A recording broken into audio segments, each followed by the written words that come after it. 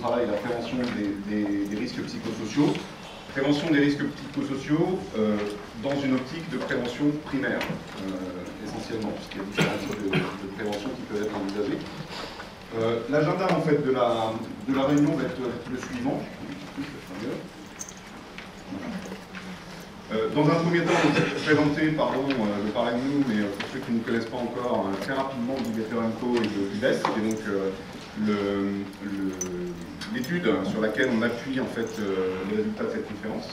Dans un second temps, donc, on vous présentera avec Guillaume les résultats en fait, de Vivest 2013. On en est en fait à notre seconde édition, puisqu'il y a eu un Vivest en 2011, qui va nous permettre aussi d'avoir des résultats comparés, toujours intéressants, des situations donc, sur les principaux indicateurs qui ressortent. Guillaume s'attachera plus particulièrement à la fin à traiter un des problèmes clés pour nous en fait, de la prévention des risques psychosociaux, c'est la prise en main. Comment passer en fait des data, c'est-à-dire des résultats d'études, à une prise en main effective par le management en fait, des éléments et des leviers en particulier qui sont susceptibles d'optimiser le bien-être au travail, la qualité de vie et de limiter le risque psychosocial. Dans un troisième temps, on aura une table ronde avec des invités prestigieux. Sandrine Foulon, donc, de Liaison Sociale Magazine, animera cette table ronde et les débats qu'on espère interactifs avec la salle aussi. L'idée, c'est de... On avait déjà fait en fait une conférence en 2011, vous savez bien vécu entre la salle et la table ronde, c'était assez sympathique.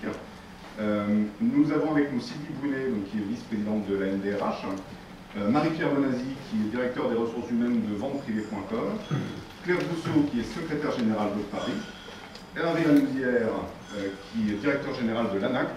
Donc voilà, un plateau qui, à mon avis, va nous donner de beaux débats. Et puis enfin, l'idée c'est aussi ça, c'est-à-dire d'avoir une séance de questions et de débats avec vous sur à la fois les résultats que vous aurez pu observer sur Vivest, et puis les remarques, cas qui auront été présentés donc, par les entreprises qui nous ont fait le plaisir de participer à cette table ronde.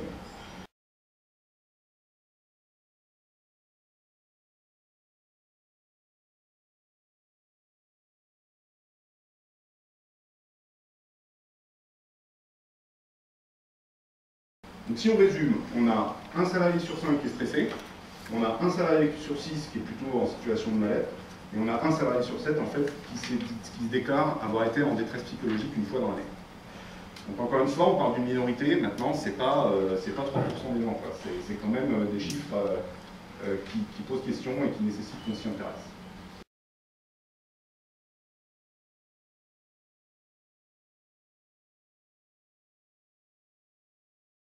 Alors comment ça évolue depuis en fait, la dernière édition de notre étude Vivest? Eh bien, on se rend compte qu'en fait il y a une baisse assez significative du mal-être des salariés, donc les gens qui se disent mal, et dans le même temps, c'est là que le paradoxe commence, j'ai une vraie stabilité sur les salariés qui se disent en situation de bien-être. Donc si la situation s'est améliorée du point de vue des gens qui étaient mal, en revanche, on n'arrive pas à faire progresser aujourd'hui le bien-être au sein de l'entreprise. Sur le stress, on a des indicateurs, c'est un peu compliqué le stress parce que les échelles sont inversées, mais en fait on passe de 20 à 22% sur les salariés en situation négative, donc très clairement on a une augmentation de cette population surstressée. Et puis sur les salariés en situation positive, on passe de 17 à 14%. Très clairement, on a une attrition de la population qui n'est pas trop stressée dans l'entreprise. Qu'est-ce qu'on est en train de dire? Que le stress augmente en fait au sein de l'entreprise. Donc d'un côté, et là on voit bien d'ailleurs qu'il n'y a pas de corrélation directe entre bien-être et stress, parce que sinon j'aurais le bien-être qui diminuerait aussi. Et puis sur les cas de détresse psychologique, eh ben, on a une stabilité, c'est-à-dire que le point d'écart entre 15 et 14 il n'est pas significatif. Donc en fait on s'est interrogé sur ces éléments-là, et en fait ce qu'on a trouvé comme explication en croisant avec d'autres données qu'on peut avoir par ailleurs, sociologiques notamment, c'est en fait la crise s'est installée en fait depuis 2011, on était, peut-être pas au début de la crise, mais enfin il restait quand même encore un peu d'espoir, on va dire, pour que les années 2012 et 2013 se passent bien. Là, la crise est installée, le chômage a explosé, et finalement, on a un phénomène où la plainte des salariés, en fait, se fait moins forte.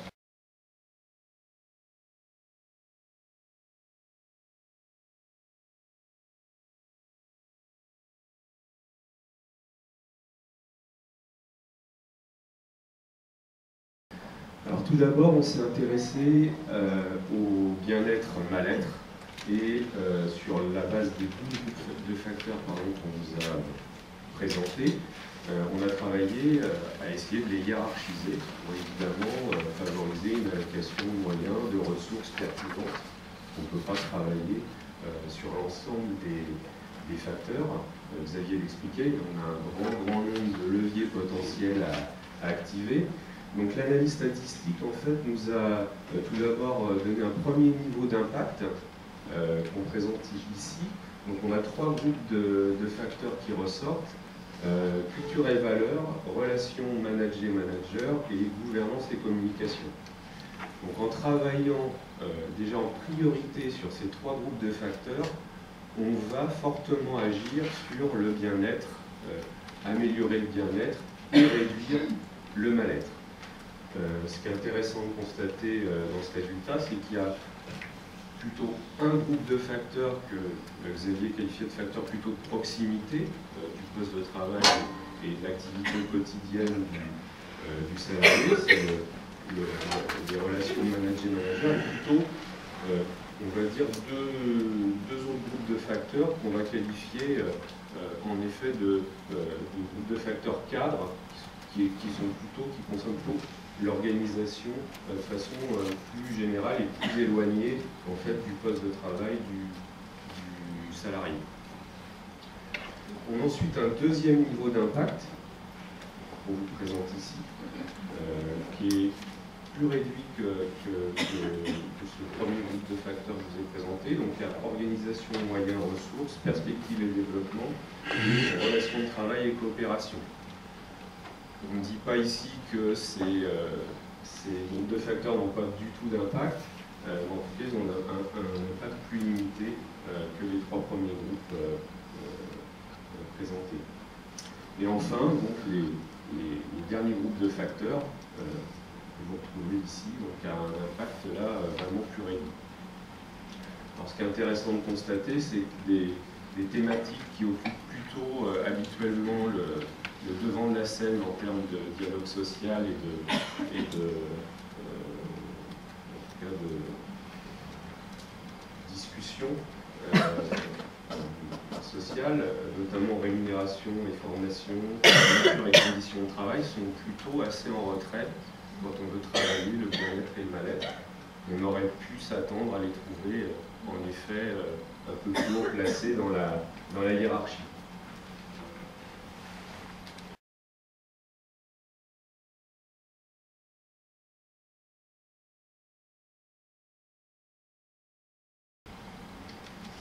Si je reprends en fait ces 6 premiers groupes de facteurs, ça fait déjà pas mal d'actions à mettre en place si on travaille sur ces 6 groupes.